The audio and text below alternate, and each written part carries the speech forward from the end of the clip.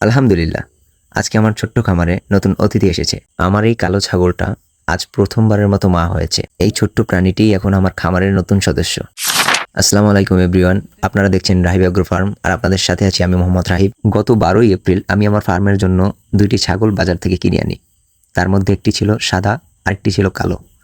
সেই কালোটি আজকে প্রথমবারের মতো মা হয়েছে। তবে একটা মজার বিষয় হলো কি, যার কাছ থেকে ছাগলটি ক্রয় করেছিলাম তিনি বাচ্চা হওয়ার জন্য সম্ভাব্য যে ডেটটি বলেছিলেন তারও প্রায় 1 মাস আগে ছাগলটি বাচ্চা দিয়েছে। ভাবা যায়। আলহামদুলিল্লাহ, এই ছাগলটি প্রথমবারের মতো একটি সুস্থ সবল পাটির বাচ্চা জন্ম দিয়েছে।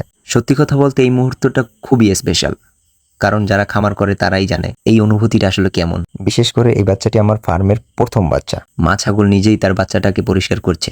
এই মুহূর্তটা সত্যিই খুব অসাধারণ। যারা খামার করে তারাই বুঝবে একটা নতুন বাচ্চা মানে শুধুই আনন্দ না, বরং নতুন আশা, নতুন স্বপ্ন। এখন আপনাদের সাথে কিছু গুরুত্বপূর্ণ কথা বলবো। বাচ্চা হওয়ার পরে অবশ্যই 15 থেকে 20 মিনিটের মধ্যে শাল দুধ খাওয়াতে হবে। শাল দুধ খাওয়ালে বাচ্চার রোগ প্রতিরোধ ক্ষমতা বৃদ্ধি পায়। দ্বিতীয়ত, ছাগলের বাচ্চা জন্মের 24 ঘন্টার ভিতরে আপনারা একটি টিটিনাস ভ্যাকসিন দিয়ে নেবেন। তাতে ছাগলটি প্যারালাইজ হবে না। অনেক সময় দেখা যায় অনেক ছাগল প্যারালাইজ হয়ে যায়, এতে প্যারালাইসের ঝুঁকি খুবই কম থাকবে। হবে না তা বলছি নয়। ছাগলের বাচ্চার বয়স যখন 45 দিন হবে তখন অবশ্যই ছাগলকে কৃমির ডোজ দিবেন।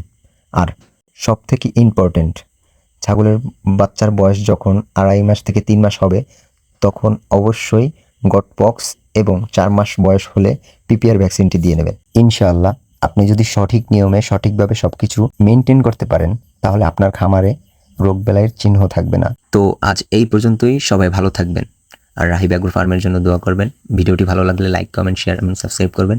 ধন্যবাদ।